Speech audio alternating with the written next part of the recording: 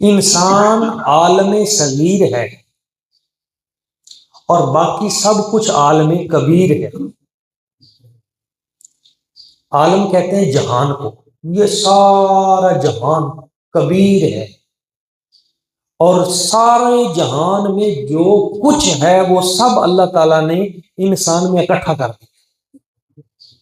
انسان عالم صغیر ہے، باقی سب جہان عالم کبیر۔ انسان کی ولادت ہے تو یہ طلوع قمر کی طرح ہے، چاند کا چلنا۔ موت ہے تو غروب قمر کی طرح ہے، جیسے چاند غروب ہوتا ہے۔ جسم اس کا مثل زمین ہے، جیسے زمین نرم ہے۔ ہڈیاں اس کی مثل پہاڑ ہیں، پہاڑ سخت ہیں تو ہڈیاں اس کے اندر رکھی گئی ہیں، وہ بھی سخت ہیں۔ اور پہاڑوں کے اندر خزانے ہیں تو انسان کی ہڈیوں کے اندر گودا ہے، وہ مثل دفینہ کے ہے۔ جہان میں نہریں رکھی گئی ہیں تو انسان کے اندر رگیں رکھی گئی ہیں، ادھر پانی چلتا ہے ادھر خون چلتا ہے، مثل نہر ہے رگیں۔ کائنات میں درخت ہیں تو انسان کے سر پہ بال ہیں، مثل درخت۔ کائنات میں ہوا ہے تو انسان کے وجود کے اندر سانس ہوا کی صورت میں رکھی گئی ہے۔ کائنات میں بادل ہیں تو انسان کے اندر گرجنا وہ اس طرح رکھا گیا ہے۔ اسی طرح کائنات کے اندر بجلی کی کڑک ہے تو انسان کی زبان کے اندر بھی یہ رکھی گئی ہے قوت۔ ہنسنا مسکرانا، اس سے ایک ترنم کا پیدا ہونا۔ آبشاروں کے اندر جو جھرنے ہوتے ہیں وہ اللہ تعالیٰ نے انسان کی مسکراہٹ میں رکھے ہیں۔ آسمانوں سے بارش برستی ہے، پانی کے قطرے گرتے ہیں تو انسان کی آنکھ سے آنسو بہتے ہیں۔ وجود پہ موت طاری ہوتی ہے تو انسان کو نیند عطا کی گئی ہے، مثل موت ہے، اور جاگنا اٹھنا مثل زندگی ہے۔ تو جو کچھ آپ جہان میں دیکھیں گے، آپ غور کریں گے تو وہ سارے کا سارا اللہ نے انسان کے اندر رکھا ہے۔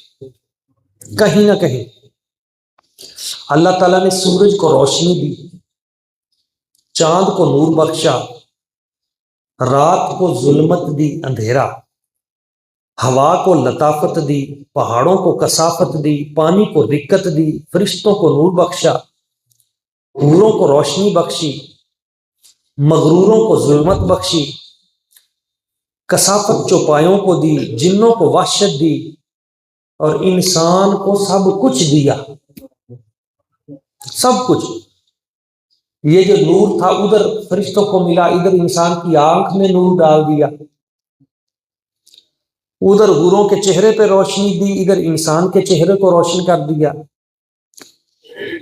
ادھر رات کی تاریکی کو ظلمت دی، سیاہی، ادھر انسان کے بالوں کو سیاہ کر دیا، ادھر اللہ تبارک و تعالیٰ نے ہواؤں کو لطافت دی، ادھر انسان کی روح کو لطیف کر دیا، ادھر پہاڑوں کو سختی دی، ادھر ہڈیوں کو سختی دے دی، ادھر دریاؤں کے اندر رکت طاری کر دی، سیلان، ادھر انسان کے دماغ کے اندر جو ہے وہ سیلانی اور رکت عطا کر دی۔ تو سب کمالات اللہ تعالیٰ نے ایک جگہ پہ اکٹھے کیے۔ یہ عالم صغیر ہے انسان۔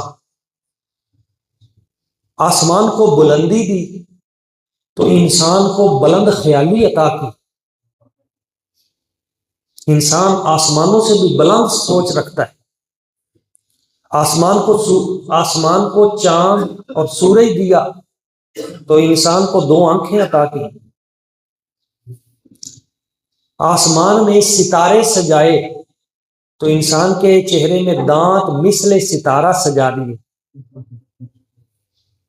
آسمان میں کڑک رکھی تو انسان کو چھینک عطا کی۔ زمین کو قرار دیا تو انسان کو سکون اور وقار عطا کیا۔ زمین میں دریا نہریں ہیں تو انسان میں رگیں، زمین میں کھیتیاں ہیں تو انسان میں بال۔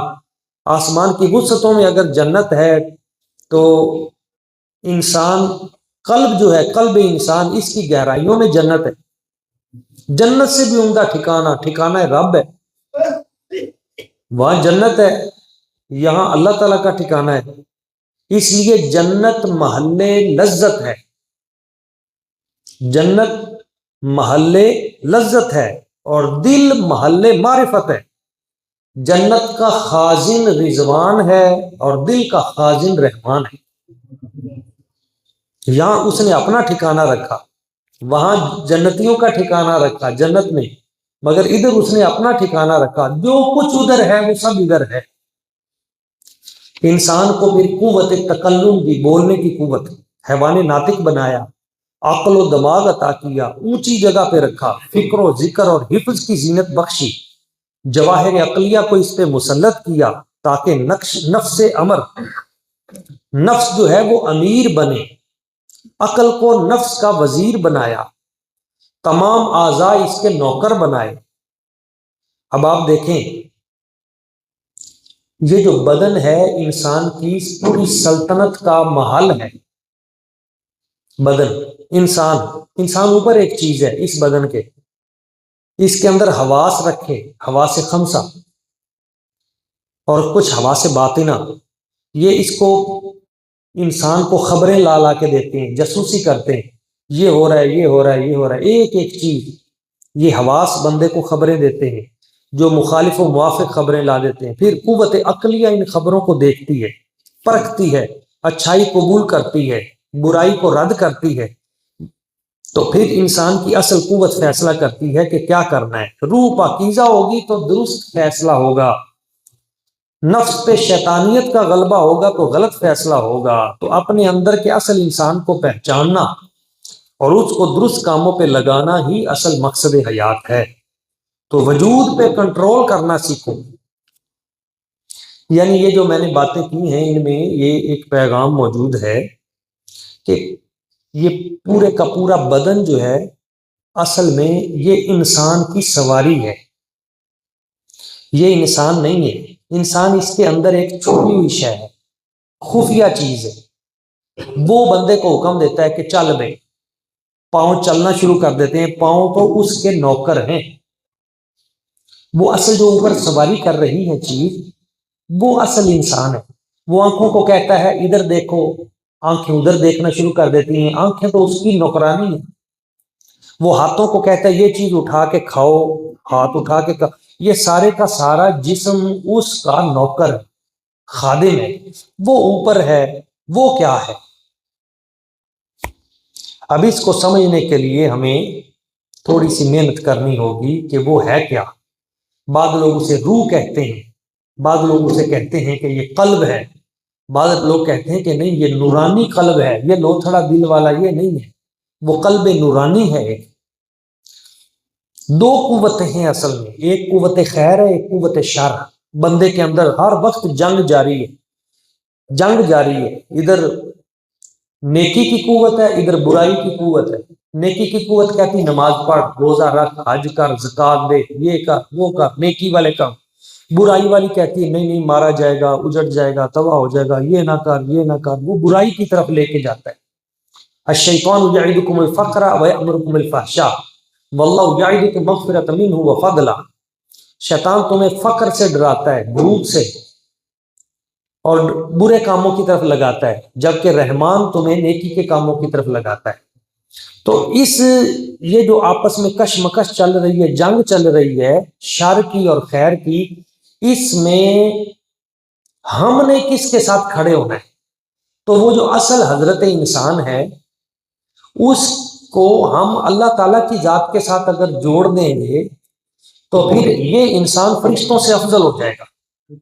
اور اگر اس انسان کو جو حکومت کر رہا ہے قوت ارادہ، وہ قلب نورانی، اگر اس کو ہم شیطان کے ساتھ جوڑ دیں گے، شیطان کی باتیں وہ ماننا شروع کر دے گا، تو پھر ہم حیوانات سے بھی برے ہو جائیں گے۔ اب یہ ہم پہ چھوڑ دیا اللہ تعالیٰ نے کہ بھائی تم نے فرشتوں سے افضل ہونا ہے یا جانوروں سے بدتر ہونا ہے۔ اگر اپنے نفس کو کنٹرول کر لو گے، اس وجود پہ حاکم بن جاؤ گے، اسے برائی کی طرف نہیں جانے دو گے، کہو گے نہیں کرنی برائی، تو پھر تم فرشتوں سے اعلیٰ ہو جاؤ گے۔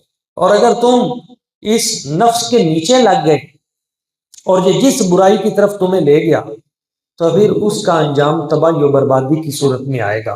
کرانٹ موجود ہے،